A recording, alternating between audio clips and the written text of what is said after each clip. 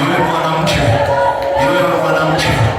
wanawake Yesu anawaita kwenye kazi yake kwa kiwango kingine, kwa kiwango kingine, kwa kiwango kingine, kwa kiwango kingine, kwa kiwango kingine.